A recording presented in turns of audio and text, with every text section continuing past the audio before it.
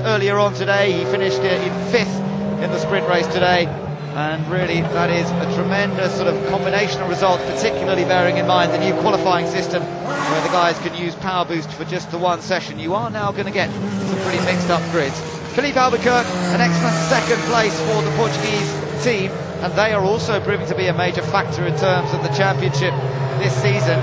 Portugal now sharing the engineering services of Switzerland as well, Burr Services, and Marco Andretti, the 21-year-old, finishing in a fine third place, a man who's more experienced on the ovals, of course, in the IRL series in the United States, but has raced on many good road tracks as well. So there we are, the results from the feature race. It's Ireland the winners from Portugal and the United States.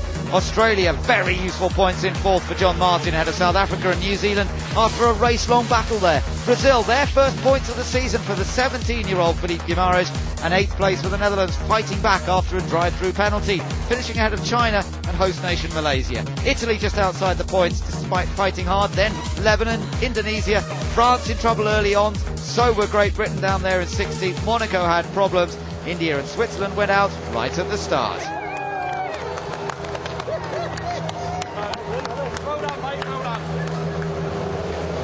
So Adam Carroll already beginning to celebrate what was an absolutely mighty drive. Never in doubt from his point of view, and the crew backed him up ably with 2 very quick pit stops as well. Another team effort from the guys there at Team Ireland. And Philippe Albuquerque's out of his car. There's Marco Andretti.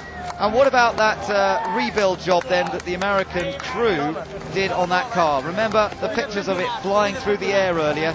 Team USA, when he rode over the back of the Indian car at the start of the sprint race.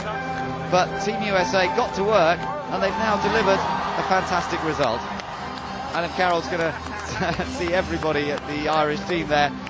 Jerry Hughes, the race engineer, who's guiding them to such success with this new A1GP car powered by Ferrari, and Marco Andretti just making sure he refits the steering wheel and looking pretty calm and collected after a swelteringly hot race here in Malaysia. Yep, no problem at all for Marco. 3rd place, first podium to enjoy in the series, and he's got to go through the formalities for the first time. Scrutineering, go up to the podium, all that sort of stuff. And nice there to see Adrian Zhao just congratulating him on that. There's John Martin, best of the rest off the podium. A superb 4th place, and as we say, those points will mean a huge amount to Alan Jones and the Australian team. And there is Faraz Fawzi. Well, 10th in the end. We thought that he was going to be a possible podium finisher, but he came into the pits. It looked like some form of miscommunication, or maybe there was a problem on the car that cleared itself when he came in. Whatever it was, Faraz showed great pace today, but unfortunately hasn't been able to deliver with the points haul that he would have liked. And well, our very own Diana is down there with him. She's quick to try and find out what went on. So let's get it from the horse's mouth, as it were. Let's hear from Faraz Fawzi what went on in that race. Down to you, Diana. Faraz, what happened? Obviously coming into the pit stop there's some confusion, but effectively you've probably thrown that one away. I mean, there's a little bit miscommunication. I mean, my radio stopped working. All I heard is someone else's team radio say box, box. So I decided to box, and when I arrived, there's no one there. I mean, a bit of cock-up really. But the pace of the car is easily on the top 3. I mean, I made a 3 pit stop in total, and it's a good recovery to finish the points. I think that's the important thing. At least we got some points this weekend. A little bit disappointed in home race. There's potential to be finished on the podium, but I think the most important thing is everyone still have a strong mind, positive target. Especially we need to looking forward for the next round, which will be New Zealand in Taupo, New Zealand. So a bit disappointed, but. Okay, Faraz, thanks very much. If you could give the crowd a big wave, there's a lot of people here to support you.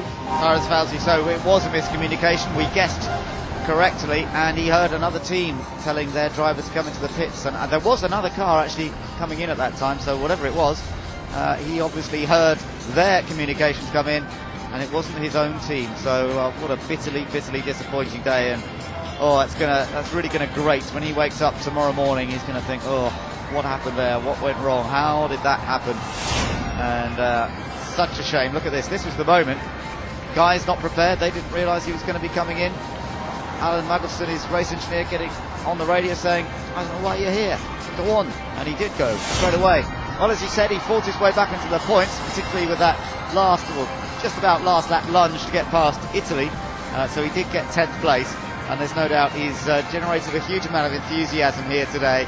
Malaysia came in as series leaders. They don't go away as series leaders, but their heads hopefully still high and still very much in the hunt as we go into the second part of the A1GP season. But we're about to get the podium celebrations underway here at Sepang. And let's see Adam Carroll make his way out. A huge smile on his face, and deservedly so. Another driver with a taste for the podium. It's a double victory this season. Philippe Albuquerque, who's had a win, now picks up the second place here. Luis Vicente of Team Portugal looking very, very pleased with that indeed. And for the first time, Marco Andretti makes it onto the podium. The Andretti name on the podium in A1GP for the first time ever. So the presentations are about to be made now. And these guys look pretty fresh considering how hot it was out there. Well, how hot it still is out there too. And I should think that they'll be downing a few pints of water first of all, but they'll also be wanting to get into that champagne and celebrate what has been a hard day's work for Team USA in particular after the rebuild job that was necessary on Marco Andretti's car. That is a real testament to Andretti Green Racing for getting it back together, for the help from other teams as well. Let's not forget that Korea, amongst others, helped out on that rebuild process. Without their help, Marco Andretti would not be there now. So good to see that team spirit operating once again in A1GP. Second place trophy and the silver medal going to Philippe Albuquerque. And on the back of that victory in Chengdu last time out, Portugal really are putting themselves right in the hunt here in terms of the outright series. He was fourth in the sprint race today, second in the feature race. So a very, very solid points haul from that young man, and they'll be looking forward to Taupo, I'm sure, with renewed enthusiasm. But the trophy to the winner and the gold medal being prepared there to Adam Carroll, of course. So we stay on 5 different winners now out of 6 races, because Adam has taken 2 wins this season, double the number of victories that Ireland have had previously, and a very special moment. Always feels good. It took such a long time coming, that first win in Mexico, but now they seem to be coming fast and furious.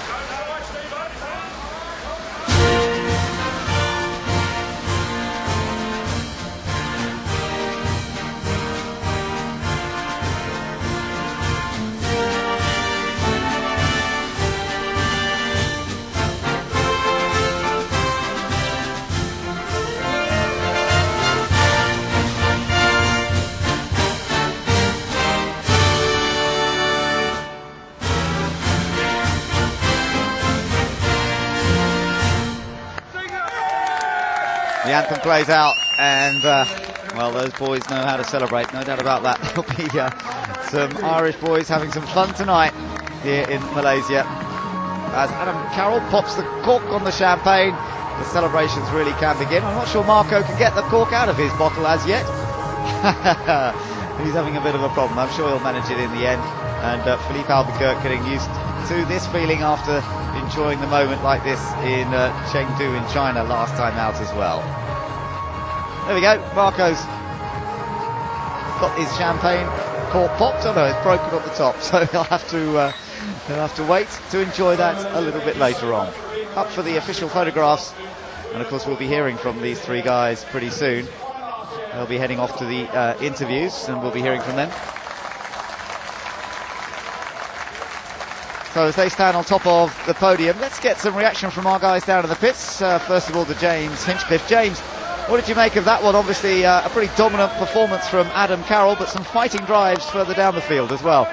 There was great racing all over the track, and honestly, you have to congratulate Adam Carroll on a brilliant victory, but there's also a couple disappointments in this race for me. I'm disappointed we didn't get a chance to see Neil Yanni really work his way up through the field. That would have been exciting. I'm disappointed that Lebanon wasn't quite able to get the best out of their best qualifying performance and bring home a good result. But at the end of the day, the on-track was excellent. It put on a great show and another great A1GP race. Definitely right. And Diana, I know you were saying earlier in the